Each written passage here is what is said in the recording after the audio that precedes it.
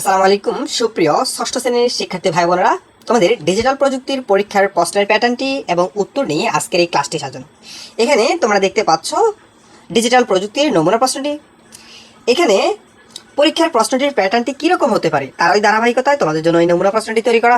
So প্রিয় শিক্ষার্থীরা, আমরা প্রথমে প্রশ্নটি পড়ে নেব, দেন এখানে যে কাজগুলো করতে বলা হবে সেই কাজগুলো দেখব। তার আগে তোমাদের সবার প্রতি ছোট্ট একটা রিকোয়েস্ট থাকবে, তোমরা যারা এই চ্যানেলে নতুন অবশ্যই চ্যানেলটি সাবস্ক্রাইব করে দিবা আর এই ভিডিওতে অবশ্যই একটা লাইক করে দিবা। এখানে তোমাদেরকে বলা হচ্ছে যে বিজ্ঞান মেলার আয়োজন করতে। তো বলছে যে বিদ্যালয়ের মাঠে বিজ্ঞান মেলা আয়োজন করা হবে। উক্ত মেলার মাধ্যমে তুমি প্রযুক্তির ইতিবাচক ও নেতিবাচক দিকগুলো তুলে ধরবে। সেই লক্ষ্যে দলের কয়েকজন সদস্য মিলে কাজগুলো করবে। সাধারণ নাগরিক যারা প্রযুক্তির ব্যাপারে সচেতন না, তারা বিভিন্ন সময়ে নানামুখী সমস্যা পড়ছে। মোবাইল বা অন্য যে কোনো ডিভাইস ব্যবহার করে তেমন নিরাপত্তামূলক ব্যবস্থা না থাকায় এলাকার লোকজন প্রায় সমস্যা পড়ছে, ব্যক্তিগত, আর্থিক, এমনকি সামাজিক সমস্যা পড়ছে। কাজ এক, পূর্বের ও বর্তমানে তথ্য আদান প্রদানের যে পরিবর্তন এসেছে তার একটি তালিকা তৈরি করা, অর্থাৎ পূর্বের এবং বর্তমানে। তাহলে দেখো আমরা কাজ একের অ্যান্সারটা দেখে নিই যে পূর্বে ও বর্তমানে তথ্য আদান প্রদানের যে পরিবর্তন এসেছে তার একটি তালিকা তৈরি করা হলো। এখানে ক্রমিক নম্বর, এখানে পূর্বে হচ্ছে অ্যানালগ আর বর্তমান হচ্ছে ডিজিটাল। তো পূর্বে কি করা হতো? খবরের কাগজ ব্যবহার করা হতো যোগাযোগের ক্ষেত্রে, বর্তমানে মোবাইল।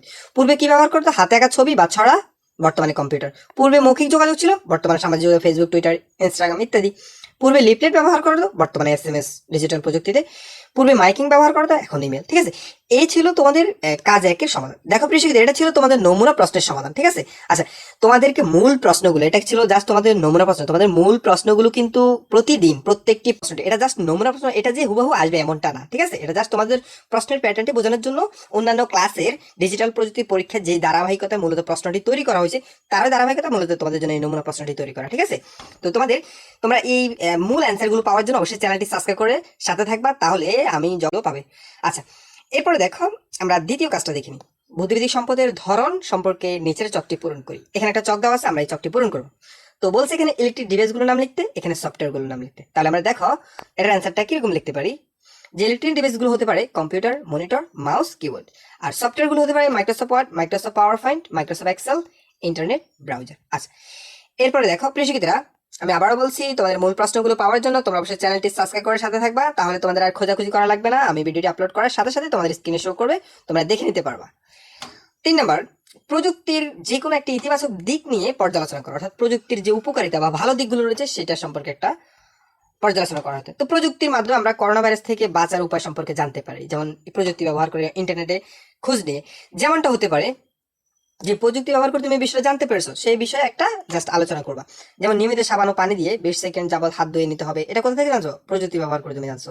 ঠিক আছে, হাত অপরিষ্কার অবস্থায় নাক, চোখ, মুখ স্পর্শ করা থেকে বিরত থাকি।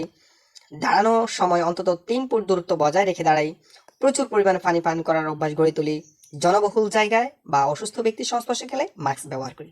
হাঁচি কাশি দেওয়ার সময় কোনো বা টিস্যু দিয়ে ব্যবহার করি।